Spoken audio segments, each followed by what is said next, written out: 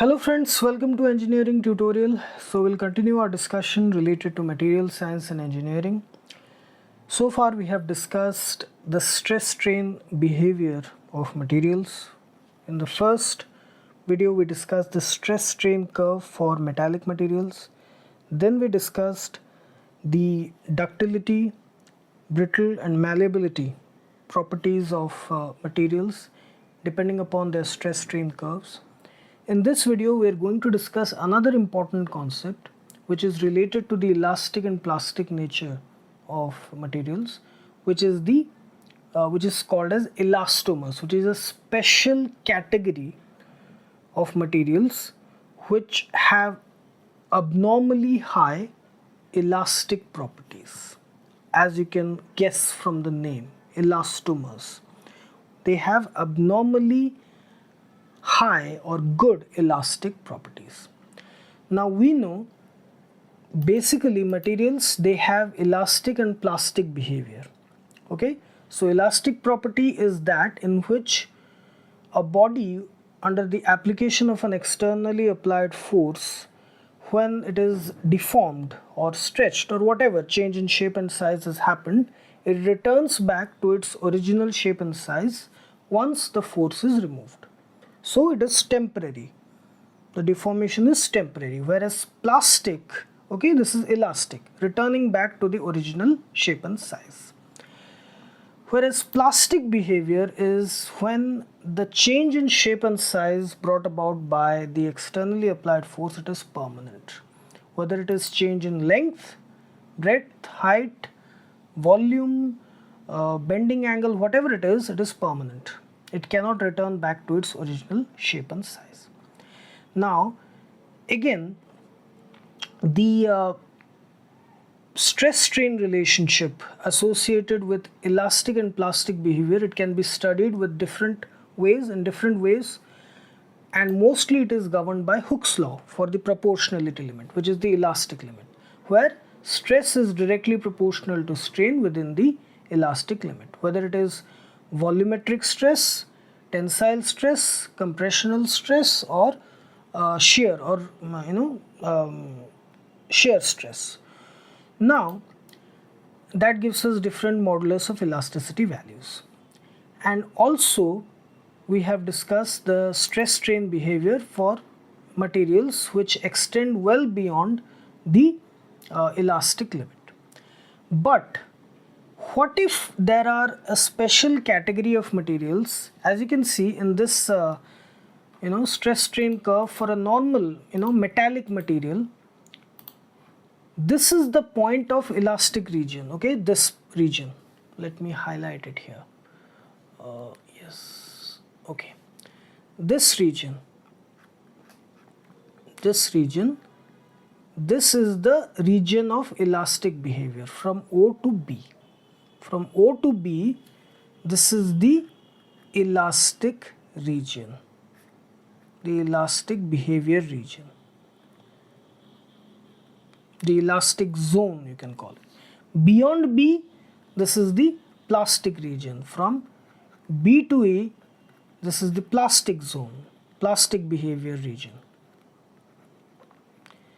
So what if we can find out a special category of materials where the elastic behavior is very high? I mean, that what I'm trying to say is that what if we can extend this elastic behavior up to this point, up to D, which means that even if we increase the stress to this much value, okay, this much value we can increase the stress up to D, let me draw it for you in a separate diagram. Let's say we have an elastic curve like this, okay, like this, okay. This is the elastic curve, which is a much higher as compared to OB. Let me call it OD dash.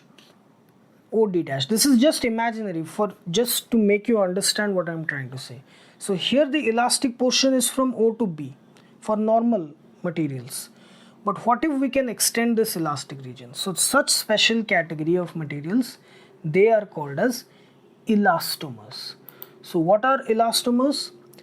It means the materials which can be elastically stretched. Elastically means when the stress is removed, when the externally applied force or load is removed, the material will return back to its original shape and size. That is special about elasticity.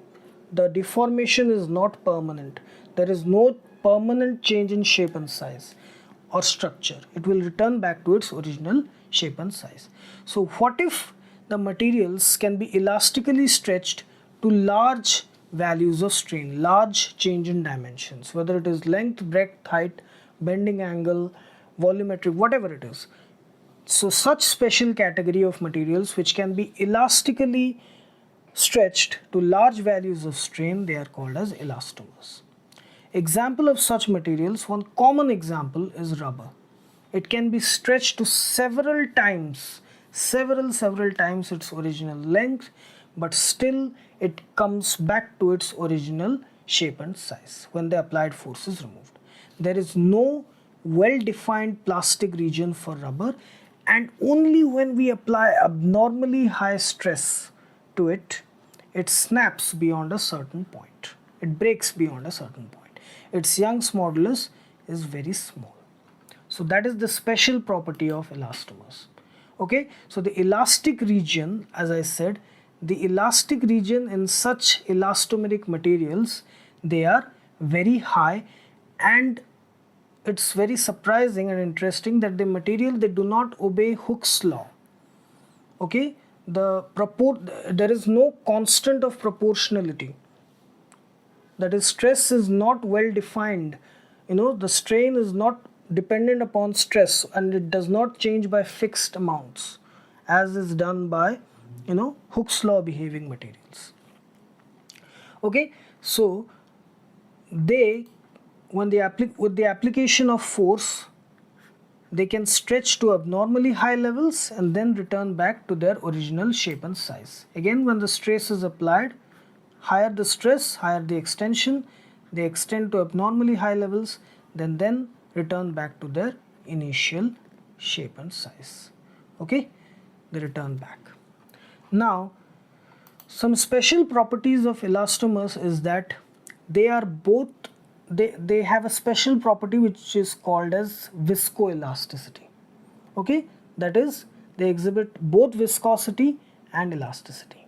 They have weak intermolecular forces, low Young's modulus, and a high failure strain. It means they can go to much higher strain levels, much higher increase in length or dimension before they snap, before they break. Okay, and their molecular structure is in such a way, it is amorphous basically, which allows them to stretch them significantly beyond their elastic levels. Okay,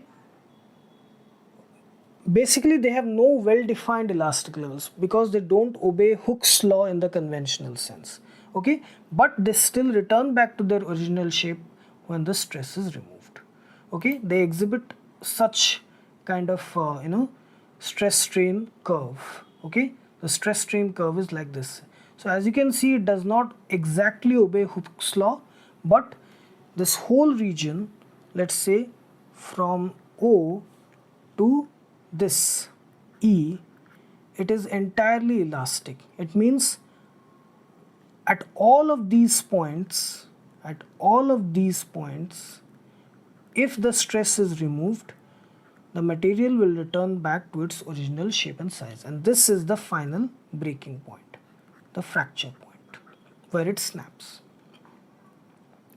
Okay, so as I said, they are basically amorphous polymers with a cross-linking network which contributes to their elasticity, abnormally high elasticity.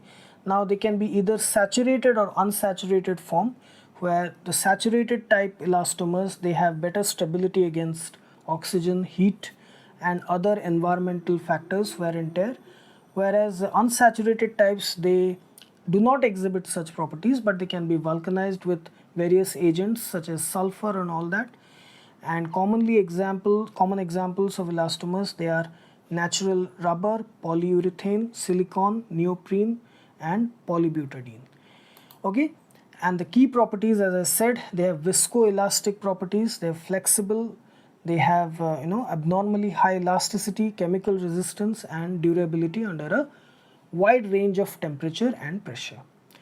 Okay, and this unique ability, it allows for their application in specialized industries, such as in automotives they are used in tires and seals, in medical science it is used in prosthetics and tubing, in textiles it is used for elastic clothing, in construction it is used as again as adhesives and sealants, and electrical and electronics it is used for cable insulation, underground cables or external cables. Okay, so another important and interesting thing is that the aorta, the elastic tissue in our body, the blood vessel, the large blood vessel which carries blood from the heart, that is also an elastomer. Okay, which means it can handle significantly higher blood pressure without and can be stretched to much higher levels of strain, so that it can accompany it can handle different blood pressure. Okay, that's why it is also an elastomer. It's a special property. Okay, so here we have discussed another important material, which is elastomers. Okay,